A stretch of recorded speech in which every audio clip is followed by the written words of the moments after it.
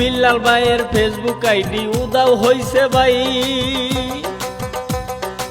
এই নিয়ে কিছু কথাই আমি বলতে চাই।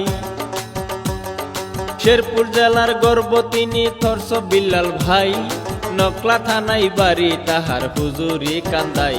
আমি ধীরে ধীরে যাইব রে গাইয়া, আল্লাহর নামটি স্মরণ করিয়া রে, ধীরে ধীরে যাইব রে গাইয়া।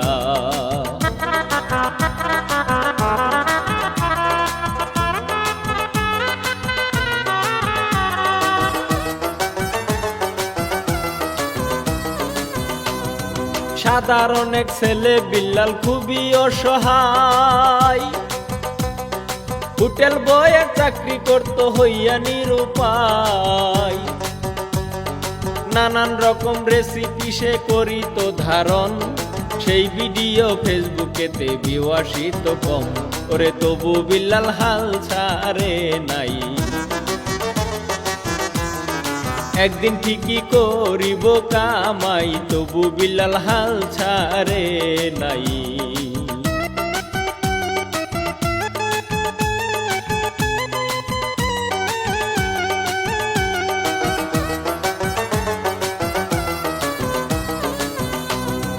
ধীরে ধীরে তার ধারণা বাড়িতে থাকে, সন্ধে সন্ধে কথা বলে ভিডিওর মাঝে। কি যে সুন্দর মুখের বাণী ওরে প্রাণের ভাই, তার মতো প্রতিভায় আমি আর তো দেখি নাই। আমি কি বলিব দুঃখের কথা, শুনলে লাগে প্রাণে ব্যথারে, কি বলিব দুঃখের কথা।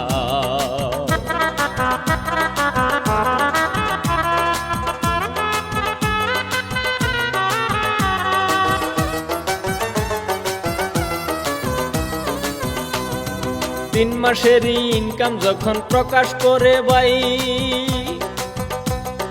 তারে নিয়ে সারা বাংলায় তুলপার লেগে যায়। ৪৪ লাখ টাকা তো আর মুখের কথা নয়, এত টাকা কিছু লোকের প্রাণে নাহি সয়। ওরে তারে নিয়ে রুষ্ট করে যায়, নিউজেতে আসে বিল্লাল ভাই, তারে নিয়ে রোস্ট করে যায়।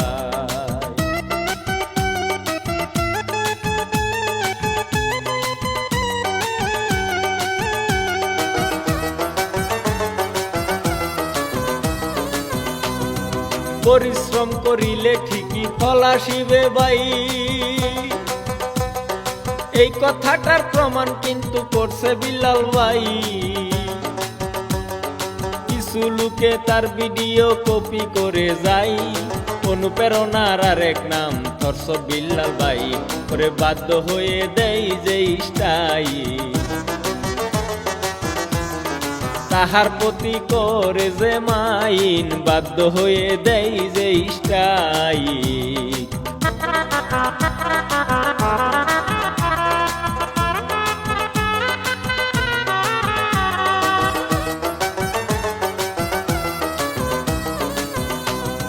ছবি থেকে যেসব টাকা আয় করিত ভাই, সেই টাকাটা গরিবের দান করিয়া যায়।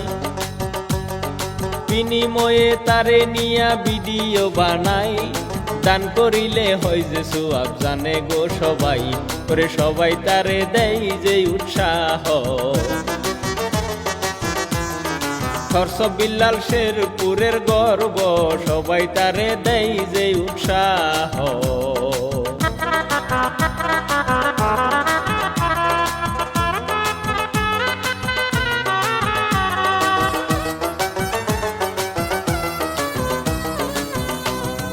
দোয়া করি আমরা সবাই আল্লাহর দরবারে, বিল্লাল ভাইয়ের ফেসবুক আইডি ফিরে যেন আসে। সুরে ছন্দে লিখিয়াছেন হেলালুদ্দিন ভাই, গাইলাম আমি মামুন হাসান, সবারে জানাই। করে ভুল ত্রুটি করিবেন ক্ষমা, বুকে আমার দুঃখ জমারে ভুল ত্রুটি করিবেন ক্ষমা।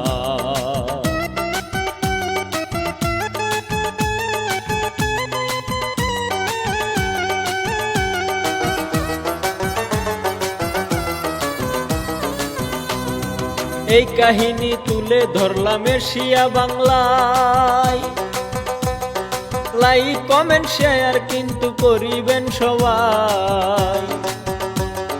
বিল্লাল ভাইয়ের প্রতি রইল হাজারো সালাম, ধৈর্য শক্তি দাও গো তারে ও গো দয়াবান, এই বলিয়াই ইতিটা নিলাম।